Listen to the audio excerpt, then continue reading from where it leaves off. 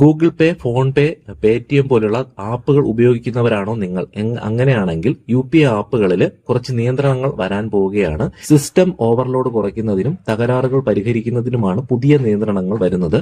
July 31-നകം ഉപയോഗിക്കുന്നവരും payment സേവനദാതാക്കളും UPI നെറ്റ്വർക്കിൽ സാധാരണയായി ഉപയോഗിക്കുന്ന 10 പ്രധാന ഫീച്ചറുകളുടെ ഉപയോഗം മിതപ്പെടുത്താനും നിയന്ത്രിക്കാനുമാണ് NPCI ബാങ്കുകൾക്കും പേയ്മെന്റ് സേവനദാതാക്കൾക്കും നിർദ്ദേശം നൽകിയിട്ടുള്ളത്.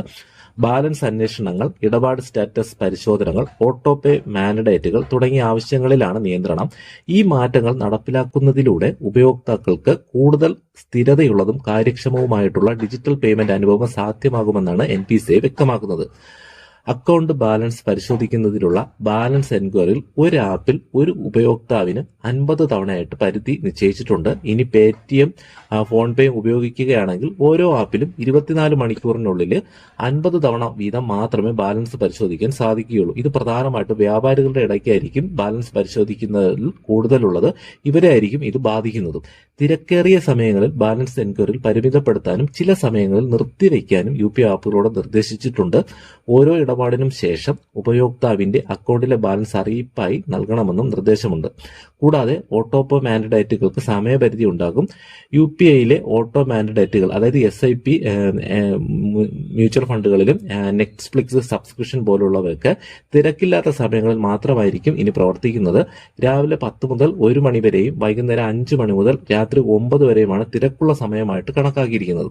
ഒരു മാൻഡേറ്റിന് പരമാവധി 3 ശ്രമം മാത്രമേ അനുവദിക്കൂ. തിരക്കേറിയ സമയങ്ങളിലും ഓട്ടോ മാൻഡേറ്റുകൾ സൃഷ്ടിക്കാൻ സാധിക്കുമെങ്കിലും അവ പ്രാബല്യത്തിൽ വരുന്നത് തിരക്കില്ലാത്ത സമയങ്ങളിൽ മാത്രമായിരിക്കും.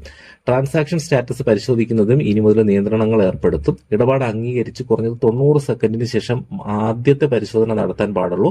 2 മണിക്കൂറിനുള്ളിൽ പരമാവധി 3 തവണ മാത്രമേ ഇവ പരിശോധിക്കാനും പാടുള്ളൂ. ചില പിഴവുകൾ സംഭവിക്കുകയാണെങ്കിൽ അത്തരം ഇടപാടുകൾ പരാജയപ്പെട്ടതായി കണക്കാക്കുകയും വീണ്ടും ട്രാൻസാക്ഷൻ സ്റ്റാറ്റസ് പരിശോധിക്കുന്നത് നിർത്തുകയും ചെയ്യും. കൂടാതെ UPIയിൽ ഒരു ഉപയോക്താവിന് അവരുടെ മൊബൈൽ നമ്പറുമായി ബന്ധിപ്പിച്ചിട്ടുള്ള എല്ലാ ബാങ്ക് അക്കൗണ്ടുകളും കണ്ടെത്താൻ സഹായിക്കുന്ന ഒരു സേവനമാണ് അക്കൗണ്ട് ലിസ്റ്റ് റിക്വസ്റ്റ് എന്ന് പറയുന്നത്.